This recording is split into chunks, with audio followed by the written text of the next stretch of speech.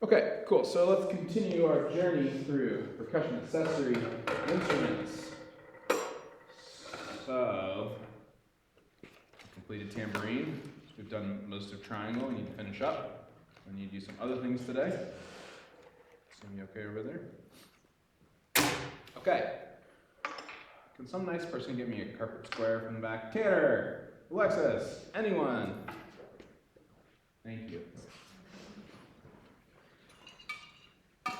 This is like an accessory adjacent point, but why do I want a carpet square or a black towel? So it doesn't fall. What? It don't roll. It doesn't roll, that's part of it, yes, especially with mallets. And just like when you sit down, it's quiet. It's quiet, yeah. There's nothing worse than like, okay, I just played triangle and no, Izzy's playing a pretty flute solo. And the stupid percussionist does that. Okay, so we always want drummers. Gotta earn your R, you know? No, nobody. That was fine. Yeah. That was very good. That's what my band director in high school used to say. Gotta earn your R. He was very old school. Did you? I did. I'd like to think I did.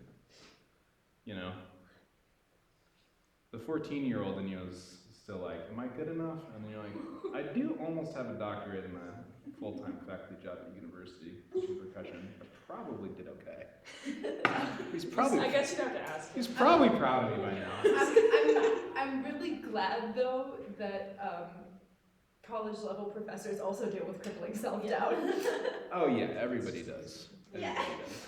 The only people who don't Just us. are people who were so successful from such an early age that they just do the thing. have an ego, and I don't even mean like they're an egomaniac, but do you guys know who Hilary Hahn is? Yes. Like the she's a very, very famous violinist. I think this is Hilary Hahn that my wife started doing master class once, and someone was like, "How do you deal with nerves?" And she was just like, "I don't get nervous."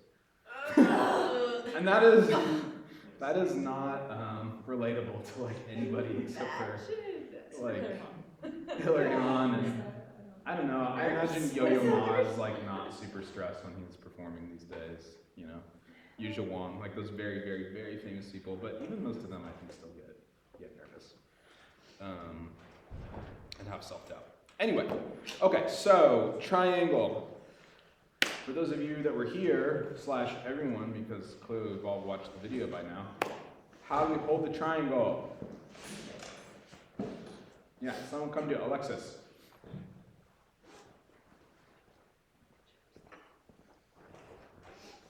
Go, sorry, I shocked you. Okay, you stand here so they can see you. Okay, how's this look? Good, what are the important parts of it? You have a balanced playing field. Yeah, right. This motion, I used to say like C, but I decided it's more helpful if I say you're holding a cup of coffee or an energy drink as you folks consume. Okay? You have to have at least one finger on top balancing things, put your finger on the bottom. If you do that, it gets trickier to hold things. So at least one, some people like two, either way is fine. I just prefer one. And then notice the clip is facing out, right? Or like the pinchy part. Why is that? That's actually important. I guess that just feels like more control. You have more of Yes. a balance. But you could flip the clip the other way. Yeah, but then your finger, where does it go? It's so wonky. Okay, so it does feel more comfortable. That is part of it. The other practical thing is that if you ever need to quickly put a triangle on a music stand, the clip is facing the correct way. Right, the clip is also practical. So for the most part, you should not play a triangle clipped to a stand, other than in a few situations we'll talk about. But there are times when you need to quickly just like clip it to something so that you can play something else. Yes. Okay, cool, thank you. Okay, playing technique. Right, we already went over this briefly. My triangle beaters that I like better.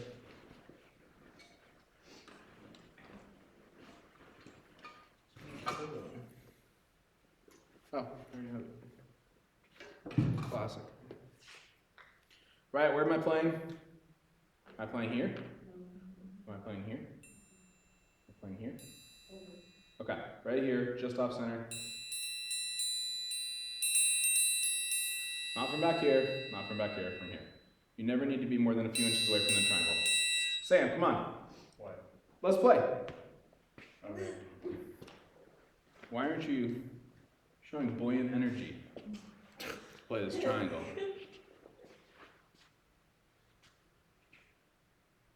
Can you turn this? Okay, let's hear 4 pianissimo hits in a row. That's mezzo piano. Don't let me look at the triangle. Why is everyone always looking at me? Great. Okay, very good. Okay, Tara.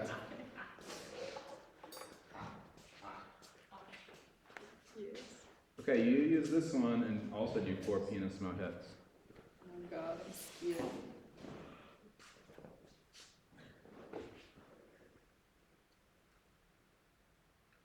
I changed my mind. You're holding it backwards.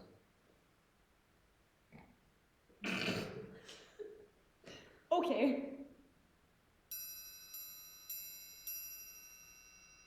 Okay. I hate that clip. Why do I hate that clip? There's 2 things wrong with it. Why is it so large? Like the actual size of the clip is large. A little bit, but also like it doesn't sit. Yes, the string is, someone said it. String's too long. The string is too long, so it's too hard to control the triangle. Okay, so if you're gonna make your own clip, like this is a homemade clip, don't do that. Make it short enough, like the other one, so that it's controlled. The other thing I don't like about it is the string is too thick. It sounds like not good. It kills a ton of the overtones. Okay, play 4 fortissimo hits. Go. Okay. Good, we'll take it. Okay, rolls. How do we do a roll on the triangle? In the corner, not all the way around. If you ever do this, or if you ever let your students do this, I will retroactively rescind whatever good grade you got in this class. You will fail, you will have to go back to college. Okay? It's like, anyone watch the show Community? Just me? Yes. Okay, yeah, it's like that. You'll be Jeff. But you'll make a lot of friends along the way. Okay, so rolls right here. Okay? Not that. I think the other works better though. Ella, would you like to come play? I guess. That was good. So, other hand. So you hold with your non-dominant hand, you play with your dominant hand. I play triangle right-handed.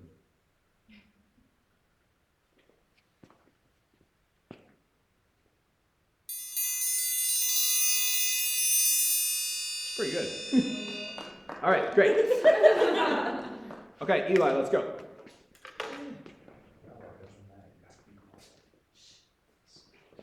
Is there a specific? Take the big gold one. Pick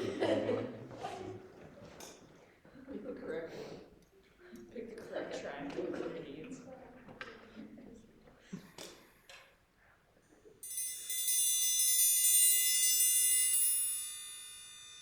Good.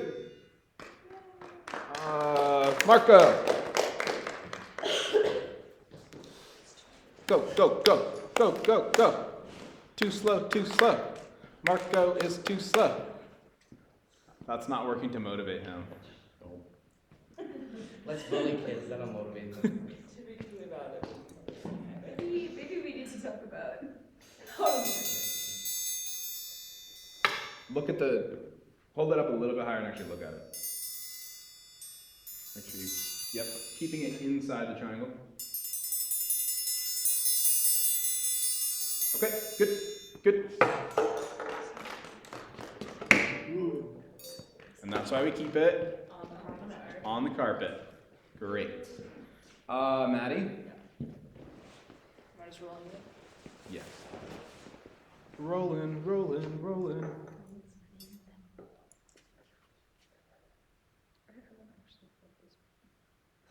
Okay, so holding it in your left hand. My bad. My bad, no, you're so correct.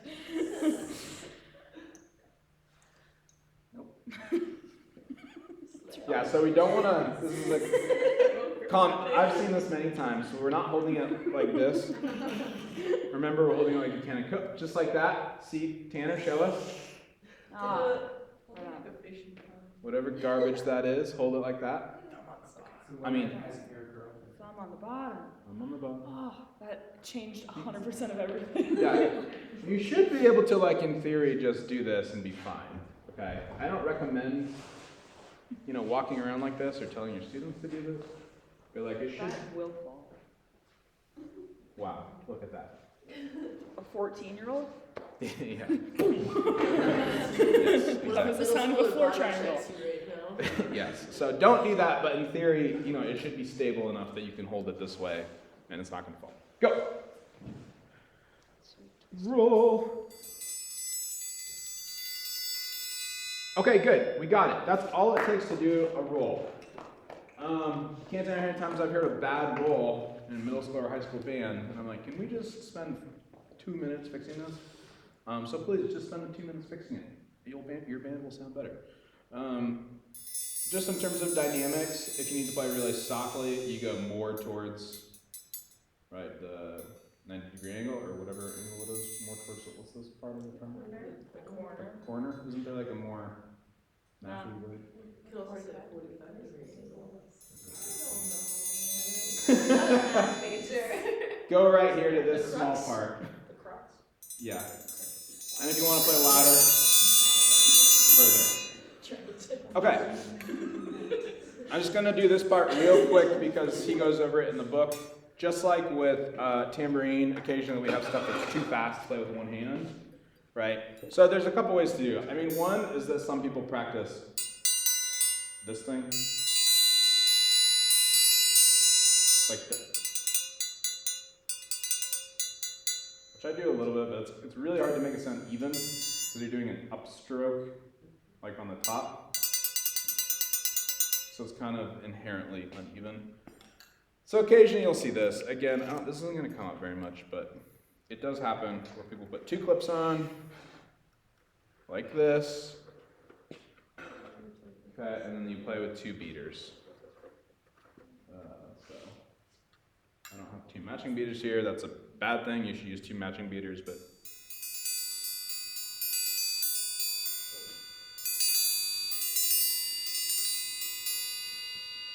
okay. Something like that, two beaters, make it match. It's probably not gonna happen. I mean, I've done it before, like in playing with a professional orchestra or something, like Pines of Rome by Respighi. Anyone know this piece? Oh, you guys should know it. It's a very, very good, it's a very famous orchestra piece. It's not like me saying something obscure. There's like a bunch of really crazy percussion parts, and one of them is like a lot of triangle that you need two beaters to use.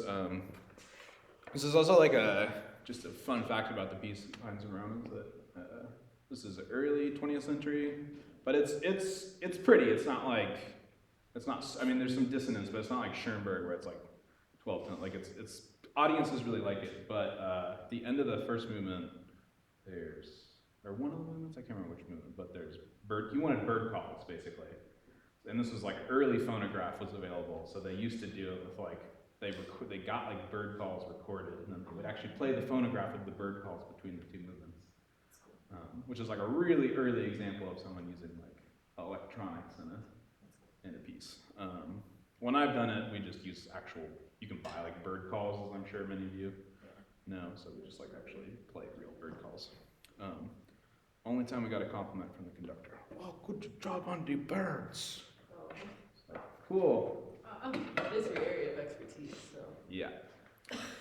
Okay, any questions about triangle? I'm sorry. Great. Okay, let's get the suspended cymbal and crash cymbals up here. Who wants to get it? Elizabeth, you oversee. Okay, who wants to share them? Well, you know how to. You're right. Yeah. I have a skill set here.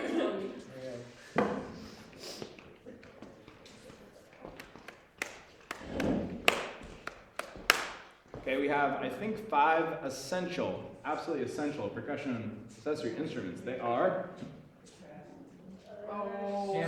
tambourine, triangle, crash cymbals, cymbal. This is not woodblock, although in my heart it is the woodblock. Bass drum. Yes. Hey, I got it right. I was on the net. That's crazy. Thank you. In this class, all I can think about is how my high school was so did a struggle. Tanner, can you grab a, do you know what a crash cymbal from a drum set is? Do you know which one it is? You can read them. Oh, jeez. I don't know if I remember. It's the one that's in the The inverse one? No, it's the one that's in the middle. The one that looks like a crash. In the middle, the next one. When it goes, Yeah, grab that you one. hit it. I was right. Mm-hmm. No. Most of the time, we always have one professionals that play drums that for everything. Vanessa. I listen to the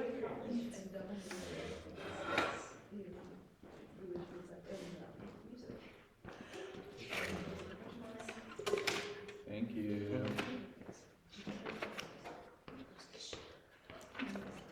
Anyways.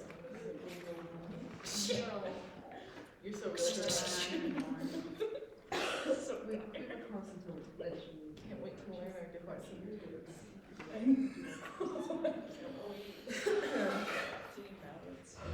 Okay, so let's talk about cymbals. He got balance over there. Look at that thing. He's gonna put it in his hands. Okay, You can't play it with your hands. What?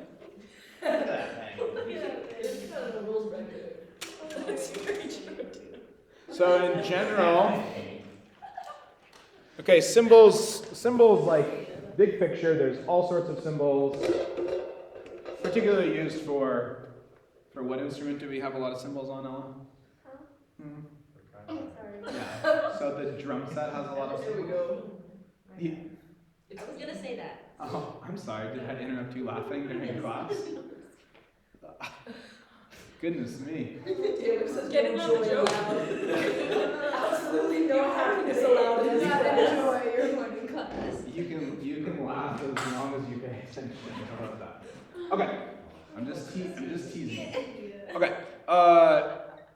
In terms of drum set, we have all sorts of cymbals. There's a tradition of cymbal making that goes back hundreds, thousands of years, really, which is very interesting. Turkey is known for making cymbals. They still, like all of the families that manufacture cymbals, basically, not all of them, but most of them are Turkish or have Turkish origins, which I think is interesting. But in terms of like what we actually have for concert band, wind ensemble, symphonic band, orchestra, that sort of thing, what you're going to use, we pretty much either have suspended cymbal or crash cymbals. Okay, I'm going to start with suspended cymbal because it's easier and there's less to talk about. I have 2 different examples of a suspended cymbal. You probably have only seen this like here, right? Probably your high school band did not literally have a suspended cymbal. That's fine. I'm not used to really having one of these either. It's not something that necessarily that many people do these days, of like actually having this kind of stand and suspending a crash cymbal like this. It's very cool, but it's definitely not necessary.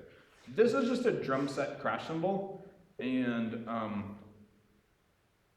not all drum set crash cymbals like work as a suspended cymbal, but honestly a lot of them work just fine. I've played many orchestra gigs or freelance gigs where I'm bringing my own gear, and the suspended cymbal that I bring is just the crash cymbal from my drum set. It's a nice cymbal, and it works well for like orchestra and band contexts, but it's not like a fancy thing with a strap in it these things. So just so you know, you don't have to worry about this. I mean, it was called suspended cymbal because literally back in the day, they had these, and then they were like, what if we suspend one and do other things with it? But as far as like what it actually is, it's just a cymbal laid flat so we can play it. Okay, so there's really not that much to the suspended cymbal. Mostly it's used for rolls. It's mostly used for rolls. Not 100%, but most of the time. Right, that's sort of the thing we usually see. Or you might occasionally have,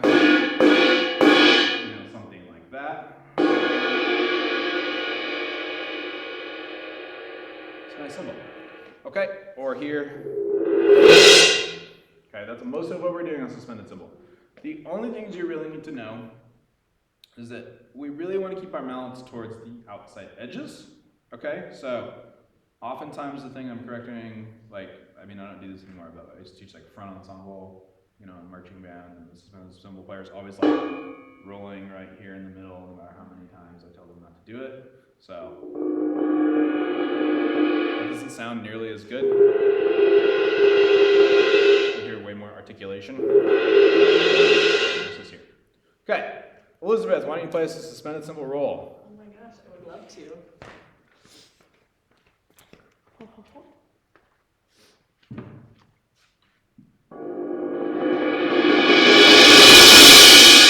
Great. Oh, fortissimo. Good We've morning. had a hard balance for this. They're a little hard on good and changing. In terms of mallets for suspended cymbal, you can typically just use. You can typically just use some kind of vibraphone or marimba mallet that's like medium-ish. I think if you use something too hard, then it just is more abrasive and it's harder to. Right, you can hear too much of that. If you use something too soft. I mean, that's kind of cool, like if you just want to do a single hit. This is a really soft mallet, but if you try to roll with these, it's probably gonna, there's too much weight, and so the cymbal can't really handle it. But something sort of like medium to medium soft is usually good. Like that's really nice. You can't really hear the mallet hitting the cymbal.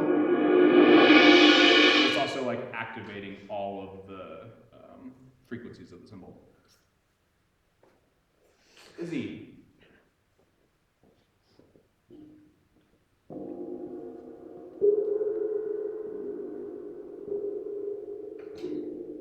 Okay, that was a cymbal improvisation. Are you wearing a Back to the Future sweatshirt? No? Yes, I am. Nice, I love it. Thank you. Okay, let's hear a roll.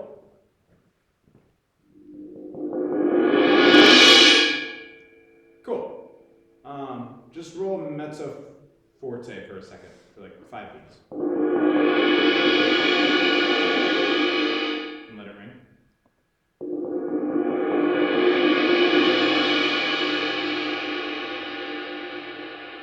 Cool.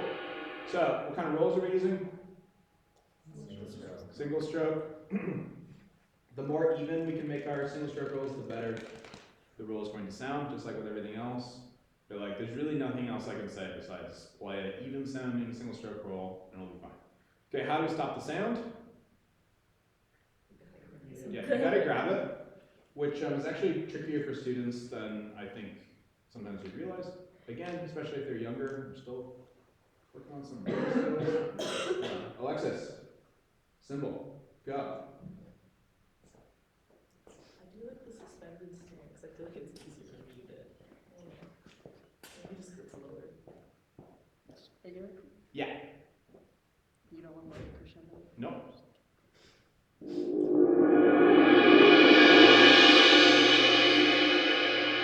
Next. Okay, now I want you to do a crescendo, G, and then off. So crescendo for 4 beats, from piano to forte, and then dampen. Yeah, good. So it's really just making sure you can grab with your fingers while you're still holding the sticks. Who hasn't done this? Grady.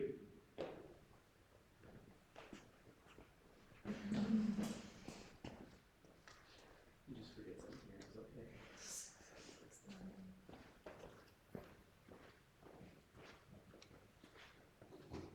Same thing. 1, 2, ready, go. Okay, not bad. Try it on the other cymbal. The same thing. Yeah.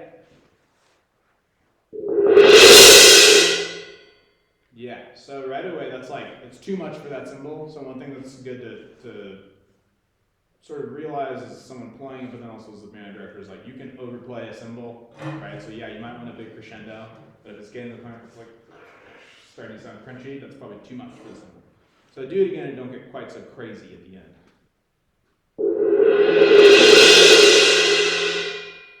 But you gotta stop it at the peak and not let it. Good. Okay, that's pretty much all there is to it. Any questions? The suspended cymbal. Why do they sound different? Is it the size? Is it the fact that it's actually suspended? Is it? All of the above. So different sizes. Yeah, this is a good question actually. So first of all, like a normal range for a suspended cymbal is between 16 inches to 20 inches. 16 inches to 20 inches. All cymbals will tell you how big they are. 20-inch suspended. So it's on the large side. It also tells you that it's a handcrafted masterpiece. Feels. It's like, okay, settle down, Miles. This is an 18-inch, so this will say crash, 18-inch. So crash cymbal, we're not talking about drum set yet, but it's a type of drum set cymbal. But if you're going to use a drum set cymbal for a suspended cymbal, you should almost always choose the crash cymbal. Okay, you have hi-hats, which is what you use with your feet. Obviously, we're not going to use that. You have a crash cymbal. Bless you, bless you, bless you. You have a crash cymbal, which is typically going to be your best bet. And then we usually have a ride cymbal. Oh my goodness, are you okay? A ride cymbal is typically not going to work as a suspended cymbal because it's too thick. So it's hard to do rolls on it most of the time because it's going to take too long to shimmer. So 18 inches, 20 inches. These are crash cymbals, but this is also going to tell you 18-inch. Okay. So I mean, I like having like a 17 or 18 or 20. 16 is usually fine. It's smaller than that, it's too small. Bigger than that, they don't really make suspended cymbals bigger than that. You can also like just actually do this. I don't know how good this one will sound. It's kind of on the. Might be okay.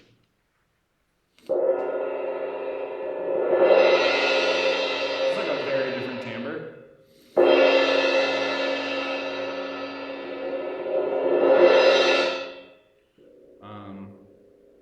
Which I don't like as much, but it's good. So to answer your question, yeah, it's a totally different kind of cymbal. They're not even the same like manufacturer. It's a different size, and it being on this is changing the sound. This type of stand, just so you know, is called a gooseneck. Because of this thing. It's really only useful for a suspended cymbal. You don't use it for anything else.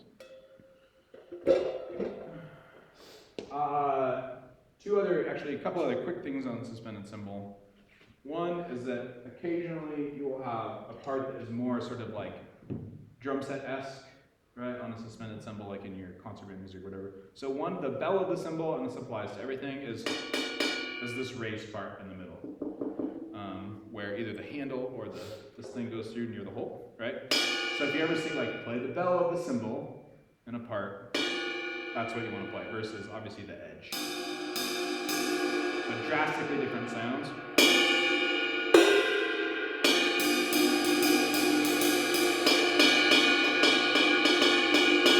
You've probably heard that sound at some point, whether it's in a jazz band or a concert band. So bell.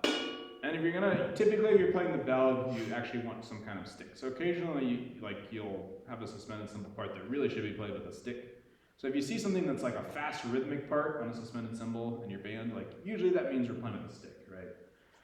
If all it is rolls and like a half note, like that's a forte or whatever, we're probably gonna use mallets. But if you see like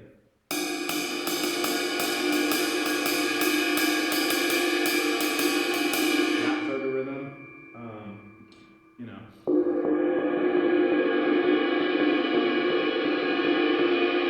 that's obviously you can't hear it. So just use your ears. If you think it makes sense to use a stick. Most of the time, especially again for like, grade 2 music or grade 3 music or whatever you're playing, the composer's going to say use a stick if they want that, but just be a musician and be smart. Okay, suspended cymbal. I think we're done with you. Thank you.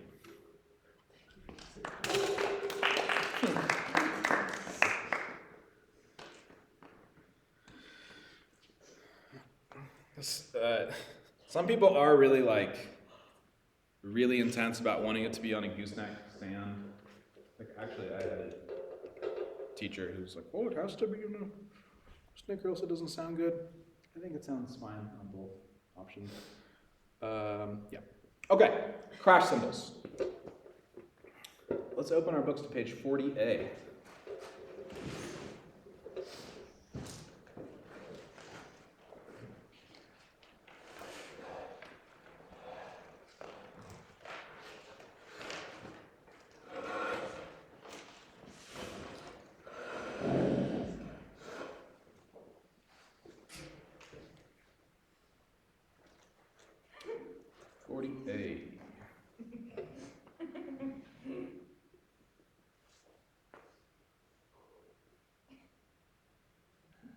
Sorry, this little great intelligence and crash cymbals in the same sentence is really fun.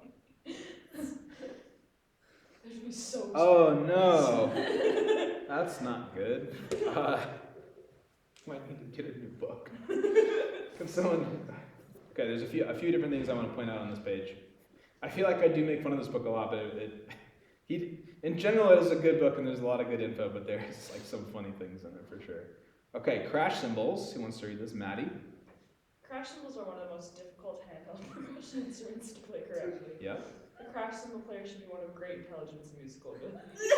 Okay, first sentence, 100%. Crash cymbals are really hard to play well, and students will struggle with it. That part is true. I'm not totally sure why it requires someone of particular intelligence and musical ability compared to any other If you instrument. play it right, it does spit out like a trivia question. So. Yeah.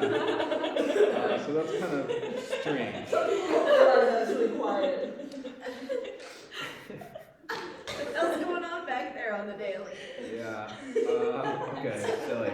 Fighting for their lives. Yeah.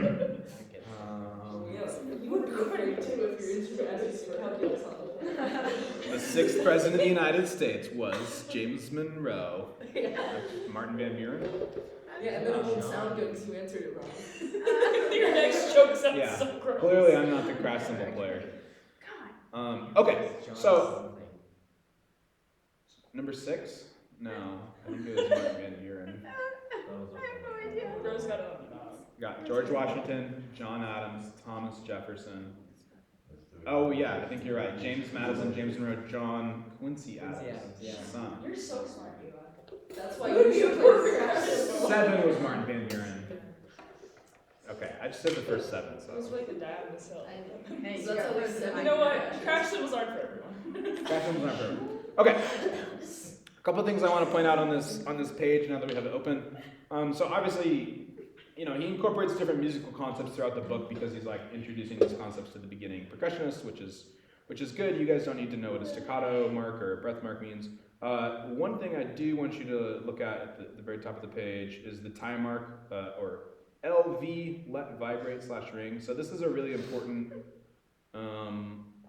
symbol, and the LV part. It's important for you to know. Percussion instruments, especially like stuff that rings, like cymbals or tam-tams, right? That's a gong, and even some other instruments, triangle. A lot of times you'll have these ties to the notes that indicate that we're supposed to let them ring. And we'll say LV, which he says is for let vibrate. It's actually for laisser vibrer, okay? Which is let vibrate. But that's really what it stands for. Okay, so for example, we'll skip back to playing crash cymbals in a second, but if you go over to the actual written out music on the bottom of 41A, like the very first crash cymbal, number 1. So you see this tie that's written to the cymbal, but there's nothing after it. So that's meaning we would let those crash cymbal hits ring. On number 2, we have just a quarter note and then a rest. I would interpret that to mean we would be stopping the sound on beats 2 and 4, although again, a lot of times people write percussion parts poorly, so we have to use our ears. So if like the whole band is wailing and the trombones are playing half notes and nobody's actually stopping sound, then I would probably then adjust and hold out the cymbals anyway. But if everyone's playing bop, bop, bop, bop, then I'm gonna make sure I'm damping the cymbals, okay? But certainly if you see a tie and or an LV next to a cymbal part, you're gonna want to ring. Okay, holding position grip. So this is the tough part. And this first sentence is really important, and even like, even honestly watching like the Ployer honor band the other day, they did this wrong, and I was like, I wish I had a chance to fix this. Unless you are playing cymbals for a long time, like in marching band, the performer need not insert their hand through the leather straps. Okay, so the strap is not for you to put your hand in. Okay? This does not happen unless you're playing in marching band. Full stop. Okay? You are holding the strap itself on the outside, and really what you're doing is pinching it. Okay, students don't like to do this because, as you'll discover in a second, it hurts. Cymbals hurt. They just do. It still hurts me. I'm just used to it because I've been doing it for a long time. And if you play cymbals a lot, like if I have a gig for a week where they have assigned me to play cymbals on a piece because I have great intelligence, what happens is my finger looks like shit at the end of the week because it basically rubs it raw the whole time. Yes. I have an odd question. It's Yeah. not that odd. There was one time, for whatever reason, that I played crash cymbals in drumline, and like you muted against yourself, right? Mm-hmm. When I did that over the course of the hour or two that I was doing it, I literally had bruises here for like a week. Does that just happen? Is that Yeah. part of the pain? Yeah, you have to pull it so hard to mute it. Yeah, so that's one of the things I don't like about crash cymbals being involved in marching band, because you can put your hands through the straps, which saves your fingers, but like, yeah, you definitely hurt yourself. When I'm doing it like I definitely have like hurt myself or whatever doing that, playing in an orchestra or an ensemble or something, but you know, I'm not doing it for like 4 hours or 8 hours a day for like a week straight. You know, I have like a 2-hour rehearsal in which I'm probably not playing crash cymbals the entire time anyway. So yeah, like I've hurt my stomach, but I'm not like going to the hospital. So if it like hurts grabbing the ends like that, why can't you put your hand through the? Is there like a reason for it?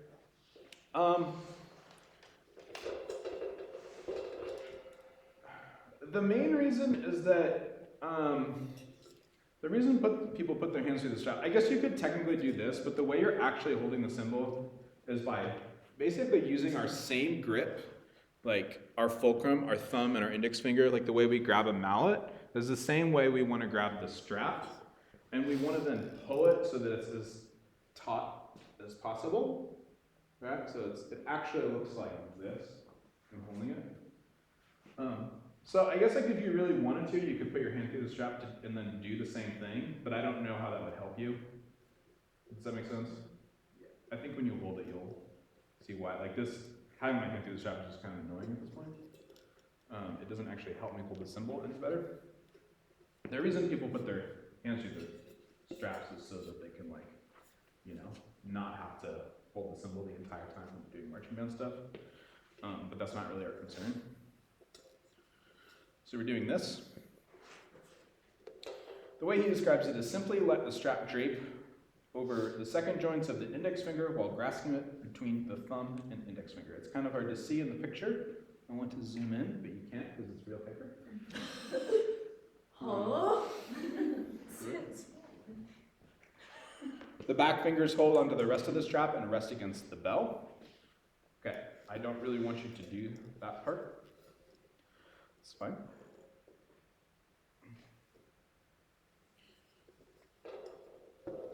And then we're doing that with both hands.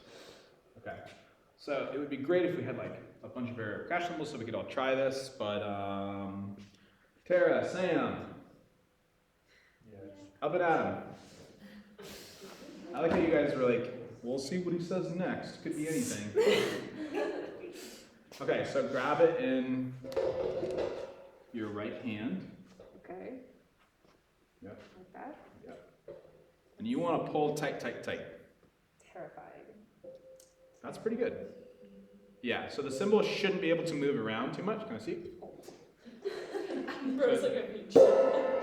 Right, so like it can move around a little bit, but I basically have it tight.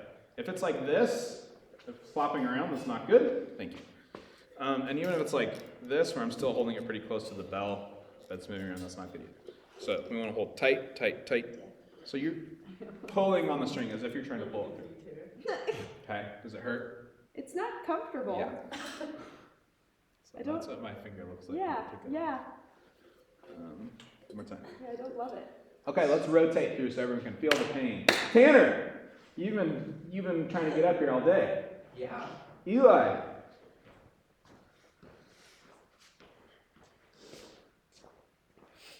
Like it was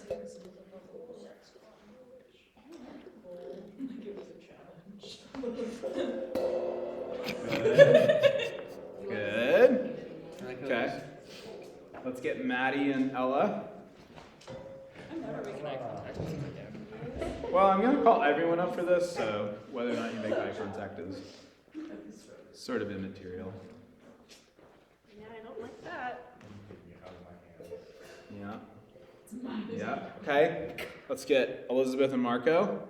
I'm a baby. Just a baby.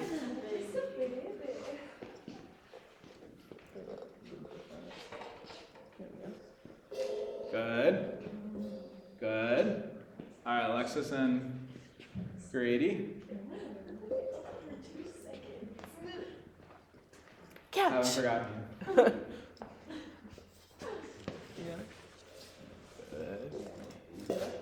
Yeah. Okay, good.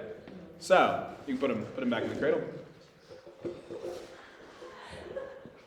I still haven't Okay, so that's the first step, is making sure you hold the cymbals like that.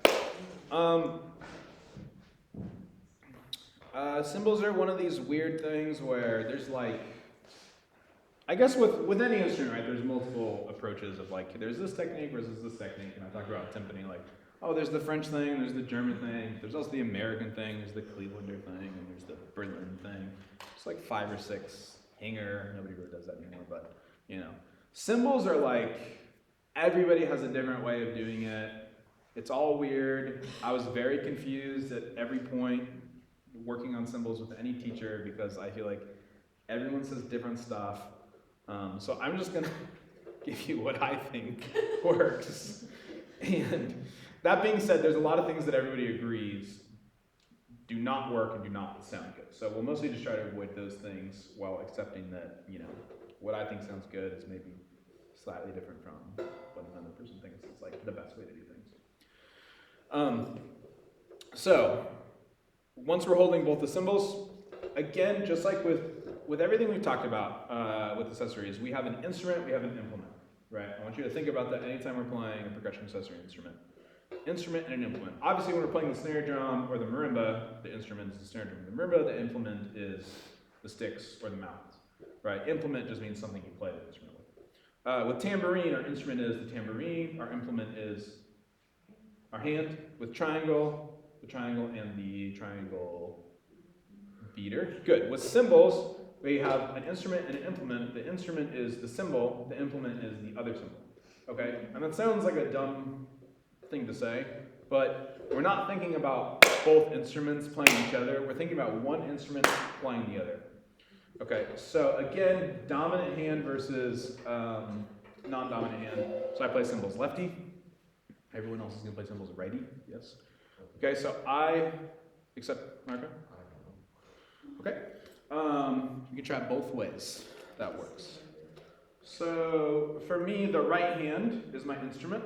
The cymbal is my instrument. So it doesn't really move that much because I don't like to move my instrument when I'm playing it. It will a little bit because it's a big, heavy metal plate. I can't keep it totally still. But basically, I'm thinking about it being here and me hitting it with the other hand. Okay? So I'm almost thinking about it in this sort of way that, like, I'm holding this instrument, I'm playing it with this hand. Okay? Don't ever hold them up straight like this, except for in maybe like one very specific situation we'll talk about later. For the most part, we want it at an angle. 45-degree angle, I think, works well. Some people like a little flatter, like almost like they're holding a, hello, I'm a server at a restaurant. Here's your shrimp dinner, sir. I don't know why. Okay, I like to have it kind of in the middle here. I find that the most comfortable and the easiest for me to control consistently. Okay, the other hand is my implement. So this is the hand that's actually doing most of the work as far as playing it.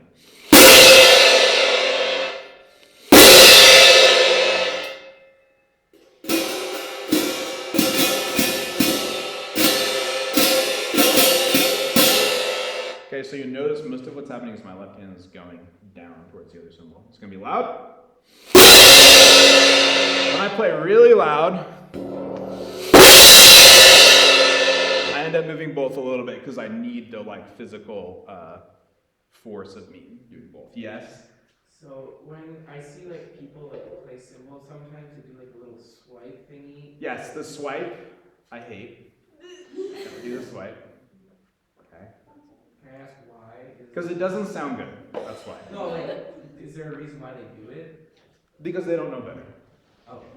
Yeah. Oh, it's I'm not being facetious. That's the reason. Because they don't know better. Yes. No, not me pointing myself. Well, one thing I want to say is like marching band has kind of some of its own techniques that we can do. Like to stop the sound in marching band, you can do, you know, you have like this thing that happens in pep band or whatever, and that's okay. But you do not do that in concert band or in symphonic band or whatever, or in an orchestra. Okay, that's not the way to stop a cymbal. This happened too in Employer, and I wanted to scream in the audience, but I didn't. Okay. So the main thing here is we need to think about going directly down, okay? Which sounds simpler than I find it is for most people, but we're not going this way, okay? We're not like moving our arm this way.